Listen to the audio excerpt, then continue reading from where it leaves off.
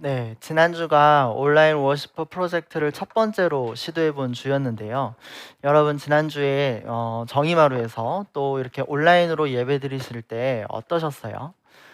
좀 더 경건하게 예배할 수 있도록 돕기 위해서 이것저것 조금 노력해 봤는데, 이전보다 조금이라도 더 나아졌는지 아니면 어떻게 느끼셨는지 정말 궁금합니다. 하지만 안타깝게도 한 주 만에 우리가 전면 비대면으로 전환해야만 하는 상황에 이르렀습니다. 이렇게 지금 카메라를 쳐다보고 말씀을 전해야만 하는 상황이 사실은 처음인 건 아니지만 마음이 그렇게 편하지만도 않습니다. 아무쪼록 어려운 상황에서도 하나님의 은혜를 구하며 예배의 자리로 나온 여러분들을 응원합니다. 또 그 간절한 마음을 우리 하나님께서 헤아려 주시기를 기원합니다.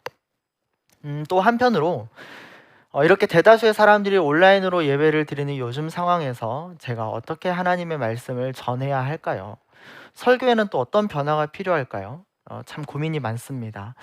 이쪽 분야에서 오랫동안 일하셨던 어느 목사님께서 이렇게 말씀하시더라고요. 유튜브 시대에는 결론부터 이야기해야 됩니다. 근데 이거는 저희가 신학교에서 배울 때 설교 망하는 지름길이라고 했던 거거든요. 근데 그 목사님이 정반대로 말씀하시는 거예요. 이유가 있었습니다.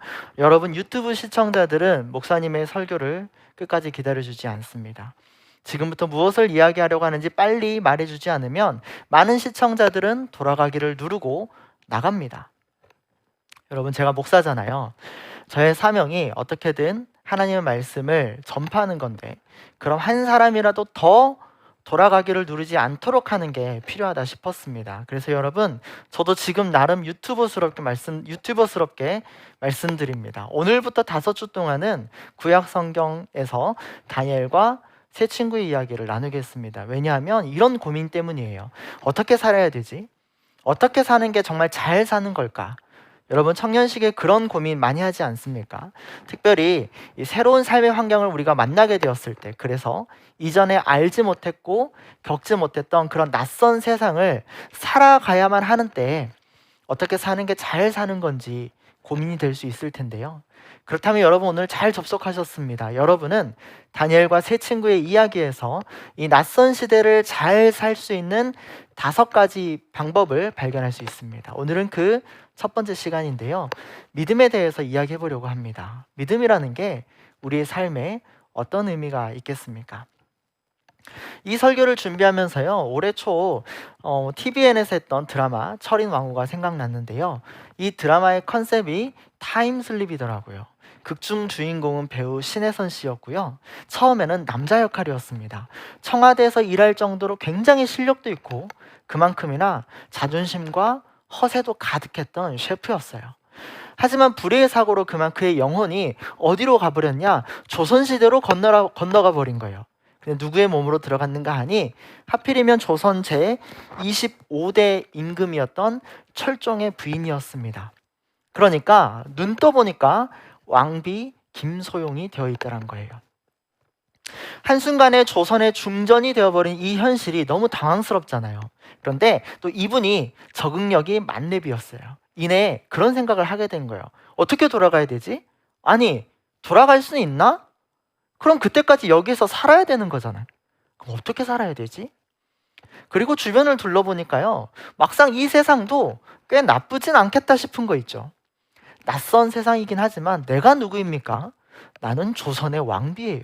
조선의 중전이에요. 그러니까 여기에선 내가 세상의 중심이잖아요. 떵떵거리면서 힘과 또 권력과 부, 이거 플렉스하면서 살면 될 줄 알았거든요.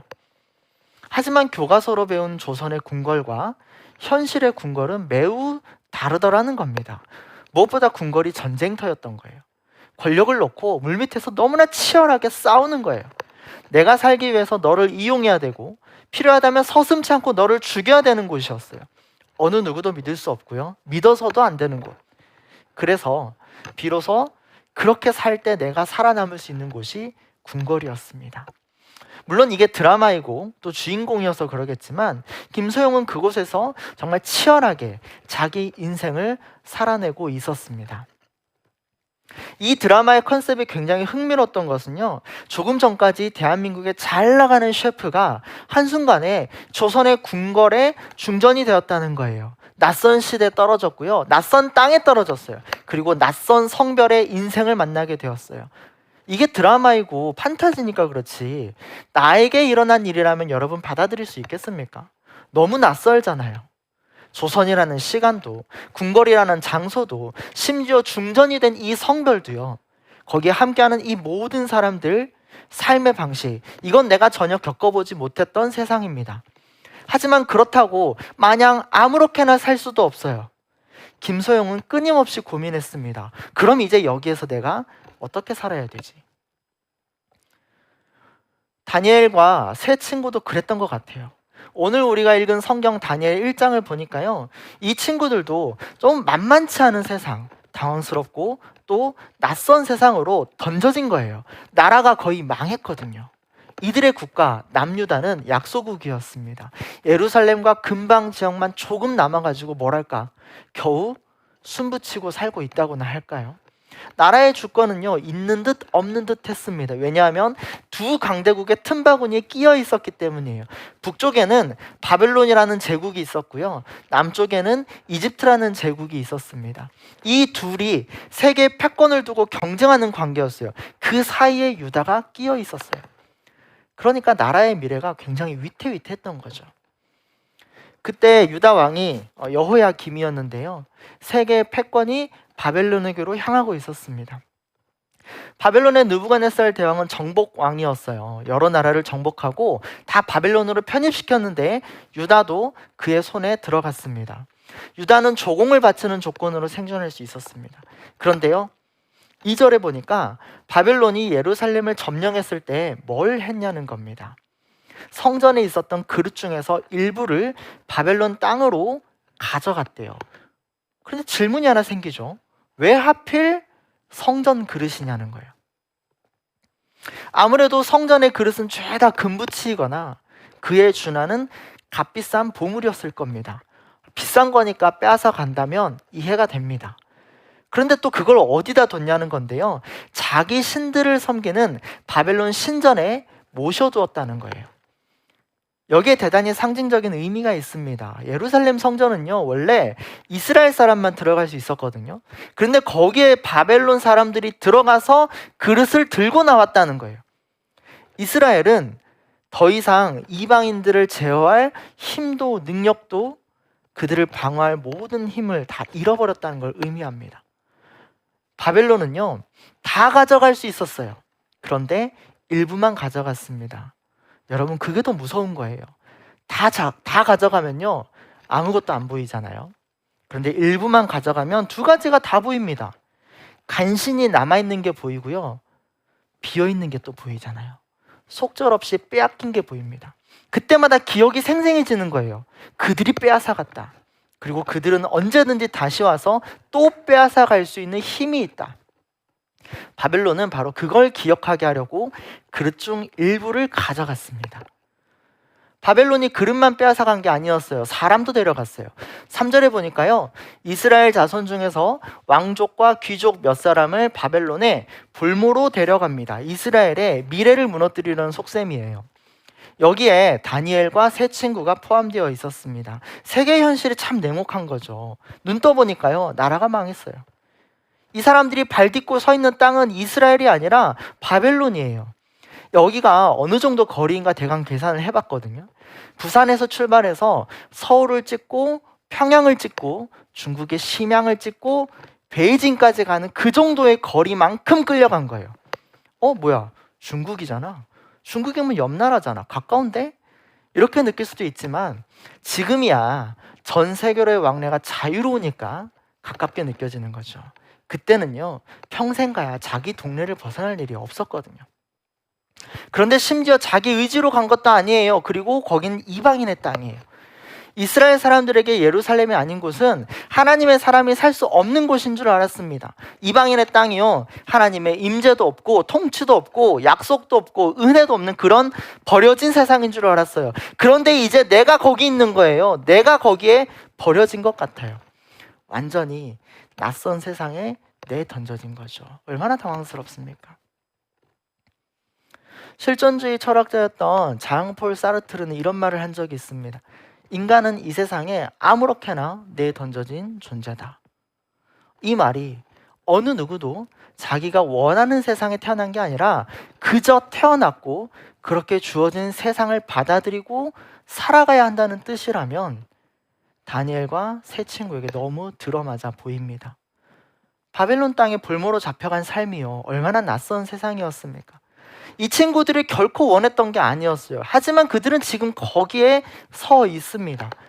바벨론에서 살아야 한다는 사실은요, 부정할 수 없었거든요. 비단 다니엘뿐이겠습니까? 우린 또 어떻습니까? 우리도요, 언제나 우리가 원하는 세상에 발딛고 사는 것만은 아니지 않습니까? 아니, 사실상 우리는 우리가 원했던 세상보다 우리가 원하지 않았던 세상에 살 때가 더 많지 않습니까? 이거 내 인생인데 내 뜻대로 잘 안 될 때가 솔직히 많잖아요. 그래서 오늘도 이 하루가 우리에게 사실은 좀 낯설더라는 거죠. 우리가 살아본 적이 없는 처음 맞이하는 날이기 때문이죠. 지난 6월이었는데요. 서울연구원에서 이런 조사를 발표했습니다. 서울에 거주하는 20, 30대 청년 1000명을 대상으로 물었어요. 그런데 청년 10명 중 7명은 우리 사회는 살만한 나라가 못 된다고 답하더라는 거예요. 그렇게 느끼는 가장 큰 원인이 뭐냐고 물었더니 노력에 따른 공정한 대가가 제대로 제공되지 않다는 인식이 크더라는 겁니다. 청년들에게 삶에 대한 전반적인 만족도를 물었어요. 10점 만점에 몇 점 정도 줄 수 있냐? 4.63이래요. 보통 이하라는 의미입니다. 생각해보면 참 아이러니합니다. 우리는 어렸을 때부터요, 누구든지 성실하게 노력하면 성공할 수 있다는 가르침을 받으며 자라왔거든요. 왜냐하면 그게 우리 부모님 세대에는 그럭저럭 그게 맞는 편이었거든요. 실제로 우리 부모님들은 근면 성실함으로 가난함으로부터 벗어날 수 있었고요, 가정을 일으켰고 그렇게 기업을 일으켰고 나라를 일으켜 세웠습니다. 무엇보다도 그게 기독교 신앙과도 일면 부합하는 것 같았어요. 산업화 시기에 교회 또한 신앙생활의 성실한 노력을 부단히 가르쳤죠. 그렇게 하면 잘 된다고요. 신앙생활 열심히 하고요, 일자리에서도 열심히 노력하면 너가 원하는 그것, 솔직하게 풍요로움, 잘 사는 거 하나님께서 은혜로 다 주신다고요. 흥미롭게도 한반도에서, 이 땅에서 언제 교회가 폭발적으로 성장했냐는 거예요. 사회에서도 교회에서도 근면 성실한 노력을 강조했던 산업화 시기예요. 그런데 우리가 청년이 되어 보니까 지금 만난 이 세상이 우리에게 너무 낯선 거예요. 왜요? 우리가 들어왔던 그 세상이 아닌 거죠. 다른 거예요. 노력이 아니라 노력을 해도 안 되는 게 많아졌거든요. 특히나 오늘날 우리는 공정의 이슈에 대단히 민감해졌는데요. 우리의 노력을 하루아침에 무용지물로 만들어버리는 부모의 지위를 누리는 사람들이 있더라는 거예요. 공정한 결과를 기대했는데 출발부터 공정하지 않았을 수도 있다. 그 사실을 알게 된 거죠. 개인의 노력을 넘어서는 무언가가 있다. 아니, 상당히 많다, 그런 게. 그걸 알게 되었을 때 그때부터 이 세상은 낯선 곳이 되어버렸습니다. 이전 세대의 경험이 더 이상 통하지 않게 되더라는 거죠. 그런데 엎친 데 덮친 격이라고나 해야 될까요? 남몸 건사하는 것도 만만치 않은데 최근에는 코로나까지 덮쳤어요. 우린 정말 전례 없는 삶을 겪고 있습니다. 아시다시피 사회적 거리두기는 내일부터 전격적으로 4단계에 돌입합니다. 오늘 우리 세이밀도요, 건반으로 섬겨주신 세션 한 분만 오셨어요. 이미 우리 교회는 오늘부터 전면 비대면으로 전환했습니다. 지금까지 수차례 단계 조정이 있었지만 그래도 늘 마지막 단계는 아니었거든요. 뭐랄까, 최후의 보루라고 해야 할까요? 지금도 많이 힘들고 어렵지만 그래도 아직 최악은 아니야. 그런 일말의 희망이 있었는데 이제 수도권은 작년 1월 이래로 가장 심각한 상황을 맞이했습니다. 10명 중 3명은요, 감염 경로조차 밝히지 못할 정도로 확산의 추세나 범위가 심각하다고 합니다. 우리 방역당국은 아예 한 단계를 건너뛰고 곧장 최후의 단계로 직행했습니다. 생각해보면 사실 이전에도 4명 이상 만날 수 없고 언제 어디서나 이 마스크를 착용해야 되는 것, 불과 1년 전까지만 하더라도요, 우리에게 굉장히 낯선 일들이지 않았습니까? 우리가 언제 이만큼 마스크를 산 적이 있습니까? 그런데 이제 우리는 더 낯선 것들을 경험하게 되었습니다. 사회적 거리두기 정도가 아니라 일명 사회적 멈춤을 겪게 되었습니다. 어느 누가 이런 상황을 원했습니까? 어느 누구도 원하지 않았잖아요. 하지만 이 상황은 오늘 우리에게 주어져 있습니다. 우리는 지금 여기에 있어요. 그리고 또 오늘 하루를 살아가야 합니다.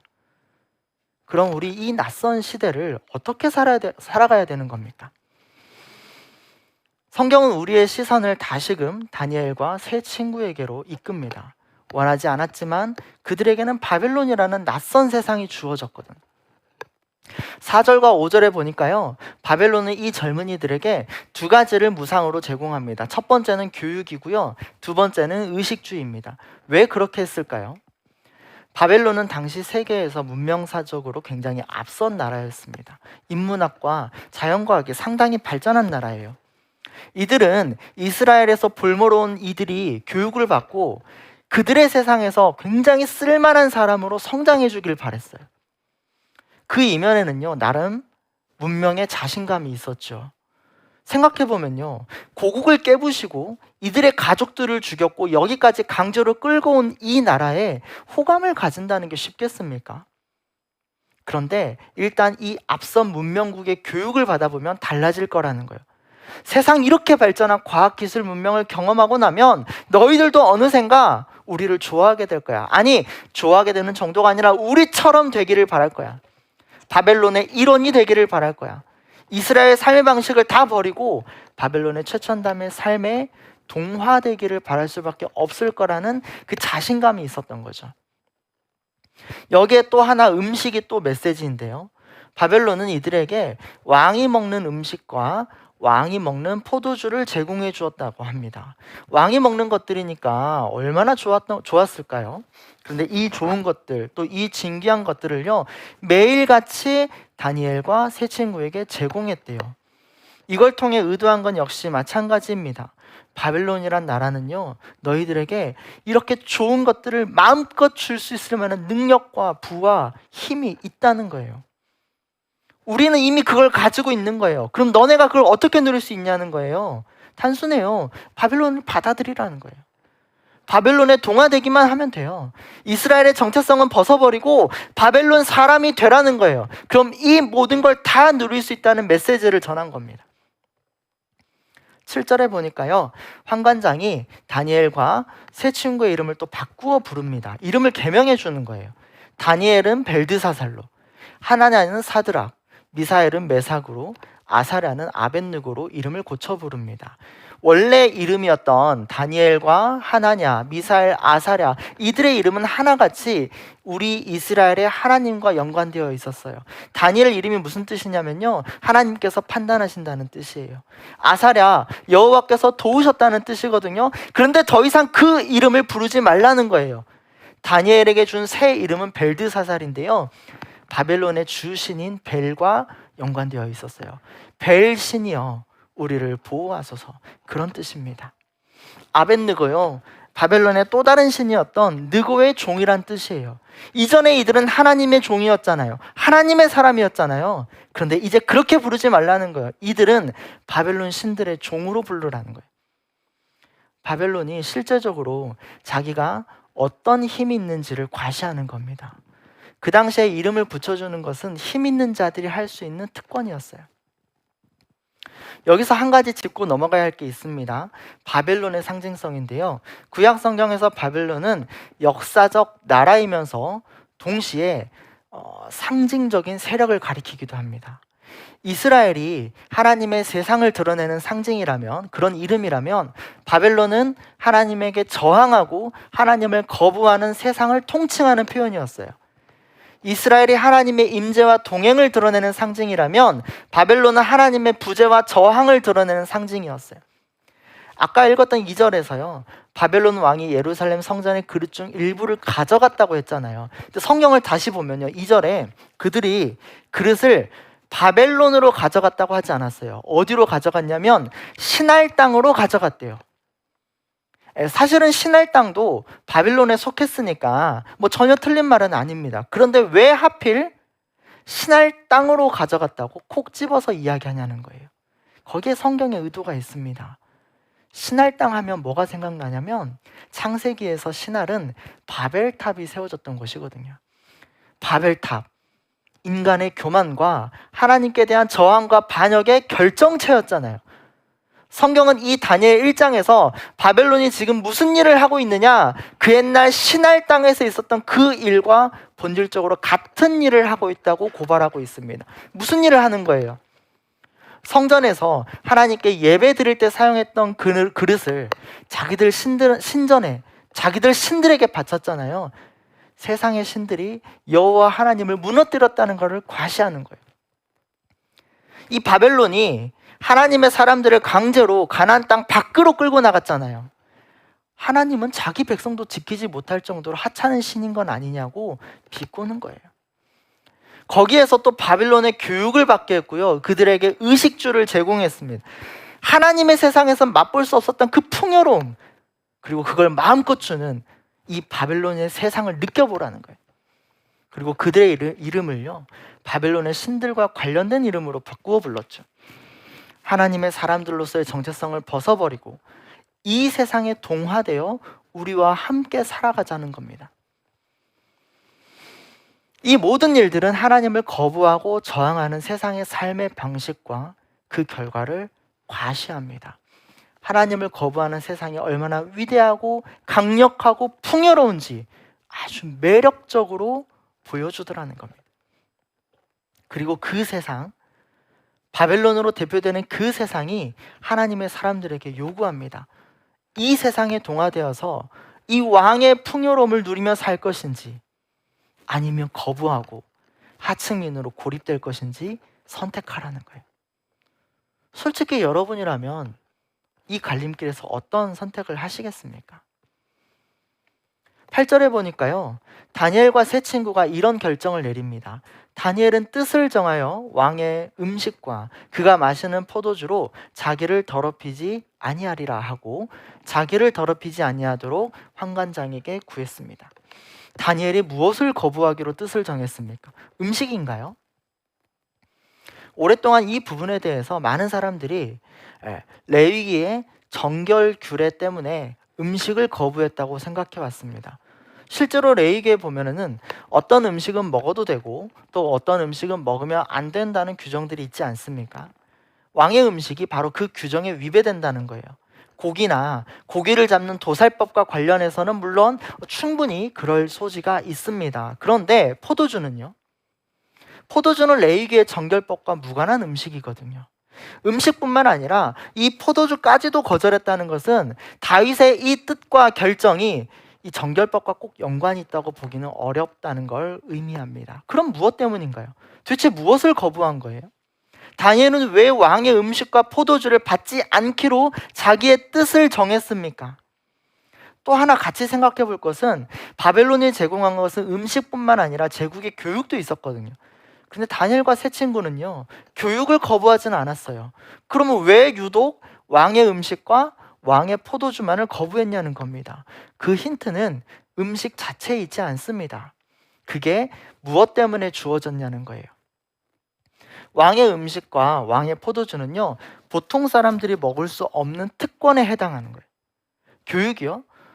물론 그 시대에도 모두에게 해당되는 것은 아니었지만 그렇다고 꼭 왕만 받을 수 있는 것도 아니었죠. 그러나 여기 왕의 음식과 왕의 포도주는 오직 왕에게만 허락된 것이었어요. 바벨론의 왕은 바로 그 특권을 선사한 거예요. 왜요? 너희들이 나에게 충성을 바치기로 약속하면 세상의 중심인 내가 누리는 이 권세와 힘과 부와 명예 너희들도 다 누릴 수 있다는 거예요. 왕의 궁궐에서 이 왕의 식탁에 둘러앉아서 왕의 음식을 같이 먹는다는 것은 서로 간의 합의이자 약속이에요. 그럼 뭐냐? 풍요로움과 탐욕에 대해서 우리 카르텔을 유지하겠다는 거죠. 바벨론의 삶의 방식에 동화되기로 뜻을 정하면요, 바로 이걸 누릴 수 있는 거예요. 풍요로움과 온갖 특권을 누릴 수 있게 되는 겁니다. 하지만 다니엘은 바로 그것을 거부했던 거예요. 음식 하나를 거부한 게 아니에요. 우리의 믿음은요, 유치하게 이건 먹고 이건 안 먹고에 따라서 아이고 하나님 말씀을 잘 따랐네 따르지 않았네 그렇게 따지는 게 아니에요. 다니엘이 거부한 것은요, 세상의 질서에 동화될 때 누리는 그 풍요로움과 특권이에요. 그거 사실은 세상이 모두 갈망하는 거잖아요. 그 방식대로 따르지 않겠다고, 그렇게 살지 않겠다고 뜻을 정했던 것입니다. 그게 바로 믿음입니다. 믿음은 무엇입니까? 우리가 이 세상에서 어떻게 살아야 하는지 방향을 제시하는 이정표예요. 다니엘이 뜻을 정했다는 것은 단지 이건 해도 되고 이건 하면 안 된다, 그걸 정했다기보다 이 낯선 세상에서 내가 하나님의 사람인데 어떻게 살아야 되지? 그 방향을 결정했다는 것을 의미하는 겁니다.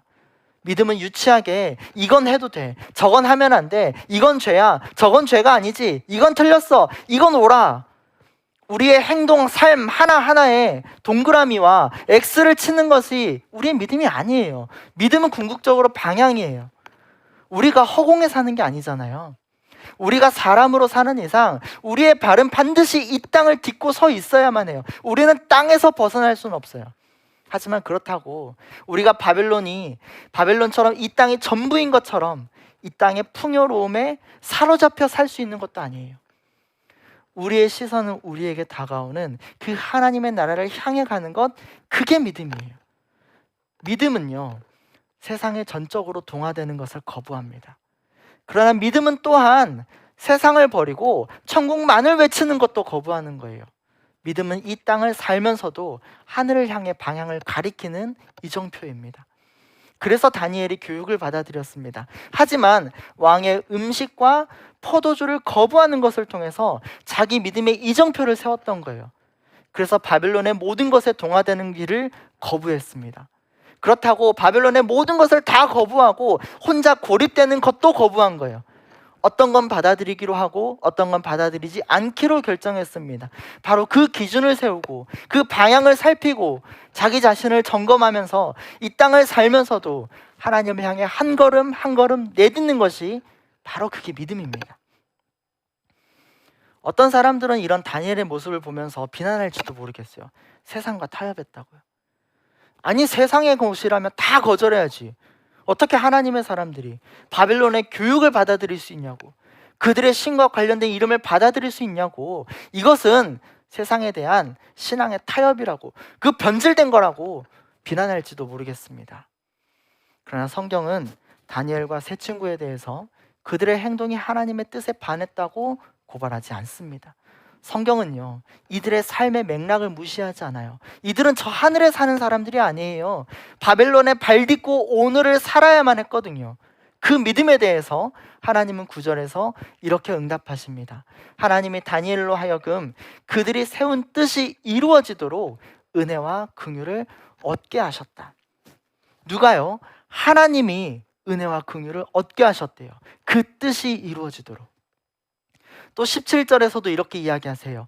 하나님이 이 네 젊은이들이 지식을 얻게 하시고 문학과 학문에 능통하게 하셨다. 그 밖에도 다니엘에게는 환상과 온갖 꿈을 해석하는 능력까지도 주셨다. 하나님이 다니엘을 너무 기뻐하셔서 학문과 지식을 깨닫게 하시고 꿈과 환상을 해석하는 능력까지도 주셨대요. 바벨론은 하나님에 반하고 저항하고 거역하는 것으로 대표되는 세상이었습니다. 그런데요, 우리가 바로 그런 세상에 살아야 되잖아요. 그런 세상에서 하나님의 사람은 어떻게 살아야 됩니까?